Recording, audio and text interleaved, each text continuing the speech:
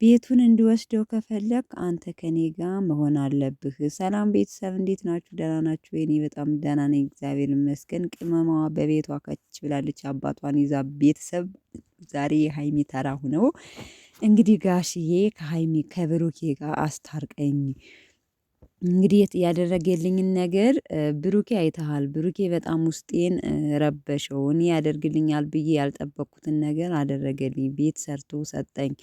ለሙሽም ቤት ሰርቶ ሰጣት ባትቀመጥም ብላ እንግዲህ ለአባቷ ብዙ ነገር ስታማክረው ነበር። ለእኛም ብዙ ነገር ስትል ነበር። በነገራችን ላይ አራት ወንድ ልጅ ያላባት ማሳደግ በጣም ከባድ ነው። በዚህ አጋጣሚ ግን ይሄ ትክክለኛ ህይወት ነው። ልጆቿን ያላባት ማሳደጓ እውነት ለመናገር በጣም አድንቄያታለሁ። አሳድጋችሁ ደግሞ ቁም ነገር ላይ ደርሰው ልጆች እናታችን ብለው እናታቸውን ሲያስደስቱ ምን ያህል መታደል ነው። በማርያም መታደል እኮ ነው። ይታደሉታል እንጂ አይታገሉትም የሚባል አባባል አለና እሙሼ በዚህ አጋጣሚ ግን በጣም እድለኛ ናት። እውነት ለመናገር ያው እንግዲህ ብሩኬ ቤት ሰርቶ ሰጥቷታል። ያው ባትቀመጥም ያው ቤቷ ጎረቤት ምን ያለበት እዛው አጠገብ ከድሮ ቤቷ ስለሆነ የድሮ ቤቷን ነው የምትፈልገው ማለት ነው። እና ብሩኬ ተናግሯል። እና ቤተሰቦቼ ለማንኛውም ሀይሚ ያው ብሩኬ ቤት ሰርቶ ስለሰጣት ሰርፕራይዝ ሁና በጣም ተገርማለች። እና ያ ነገር እንትን ብሏት ከብሩኬ ጋር መታረቅ ፈልጋ ጋሸን አምታ ያደረገኝልኝን ነገር በጣም ያልጠበቅኩት ነገር ነውና ጋሽዬ ከብሩኬ ጋር እንድታስማማኝ እፈልጋለሁ። ከብሩኬ ጋር መለያየት አልፈልግም በማለት አስጠርታ እንግዲህ ጋሼ ደግሞ ምርጥ አባታችን ናቸው። መምከር መመካከር ይችሉበታል።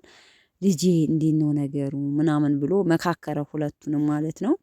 ያው ብሩኬ ምላሽ ሰምታችኋል እንግዲህ የብሩኬ ምላሽ አይሆንም።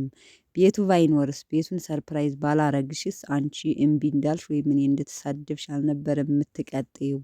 ስለዚህ ቤቱ ነው ወይ እንትን ያለሽ እንድትቀየሪ ያደረገሽ ብሎ ያው ለጊዜው ብዙም ፍቃደኛ አይደለም ማለት ነው። ግን ያው ሀይሚ ደግሞ ቤቱን እንድወስደው ከፈለክ የሰራህልኝን ለሀይሚ ስጦታ ብለህ እንድወስደው ከፈለክ ደግሞ እኔ እናንተ አንድ ላይ መሆን አለብን መታረቅ አለብን ብላ መልስ ሰጥታው እሱ ደግሞ አይሆንም ብሏል ማለት ነው።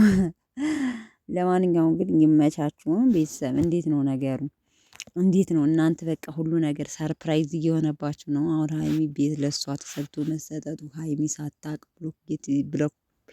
ብሎኬት ቤት እየተሰራ እንዴት እስካሁን አታውቅም? እንደ አንዳንዴ እኮ ግን ግርም ይለኛል። ለማንኛውም ግን ይመቻችሁ።